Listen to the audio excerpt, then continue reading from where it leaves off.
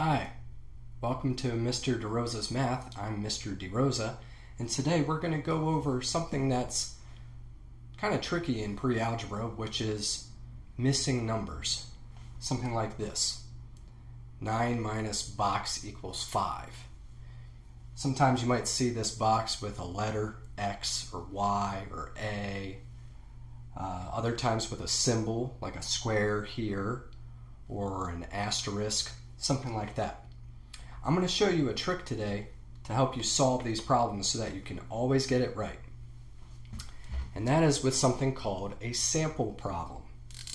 And a sample problem is a problem that you already know. So in this case, we have a subtraction problem, and we want to think of a subtraction fact that we already know. So I know that 3 minus 2 equals 1.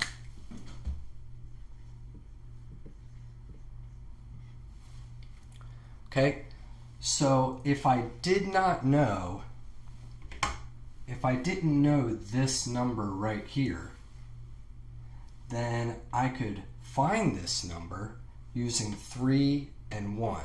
What would I have to do to find that number? Right, I'd have to subtract 3 minus 1, and that would give me 2. So in this case, I have to take this first number and put it up here. Take this last number over here on this side of the equal sign, on the right side, and place it here. So the first minus the last, and that'll give me the box number. Okay, so let's do the same thing with this problem we were given. 9 minus square equals 5. What's the value of square? Well, the first number is 9. The last number is 5. So we'll do 9 minus 5, and that'll give us 4. First, last, box. So that means that the answer is that the box equals 4. And you've solved it. Okay, let's do another example. So suppose instead of subtraction, we had something with addition. Okay, and let's put a letter this time. Let's put X. So let's say X plus 7 equals 23. And you're just not sure exactly what you should do here. Is it 30? Is it 16? Is it something else? So let's do a sample problem. So I'll write sample here. And just pick an addition problem you know. The simpler it is, the easier it is, the better it'll be for you. So I just like to pick different numbers. So last time for subtraction I picked 3 minus 2 equals 1. Here I'm going to do 1 plus 2 equals 3. The part that I'm missing is this first number. So I'm going to put a box around that. And I'll put a box around the 1 because that's the one that I don't know.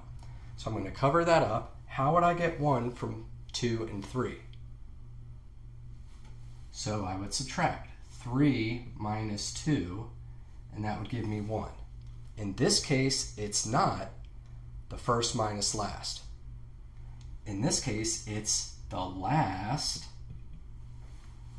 minus the middle. Okay, so last minus middle will give me the answer. Easy enough. Now I'm going to label this one. So this is last. Here's the middle. And so this sample problem tells me that I'm going to need to subtract last minus middle. So last minus middle. And that'll give me the box.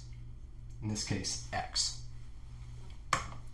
So let's finish it out. 23 minus 7 would be, carry the 1, 16. So we see that X equals 16 would be the answer. Okay? And that's probably enough that you could get it. We'll do one more example.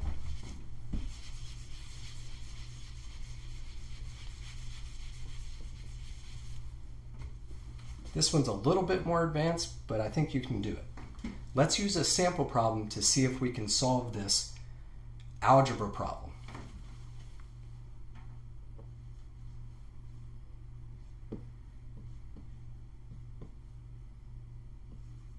A plus B equals 6. And I want you to solve for B.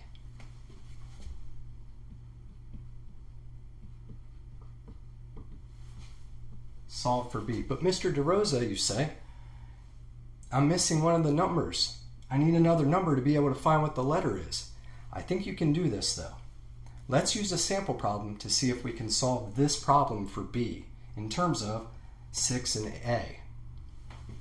So a sample addition problem. 1 plus 2 equals 3. All right. Let's say I had to get what 2 was. Since we're solving for B, it would be like solving for 2, so I'm going to put a box around it. Hiding the 2, what would I have to do with the 3 and the 1 to get the 2?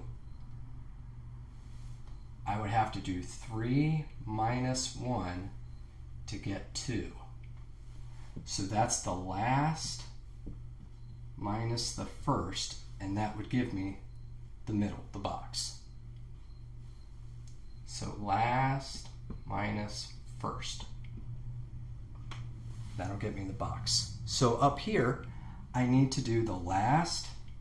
Here's the last number. Here's the first number, or letter in this case, and that'll get me the box. So last is 6. First is A. And that answer would be B. So how do I get B? I do 6 minus A.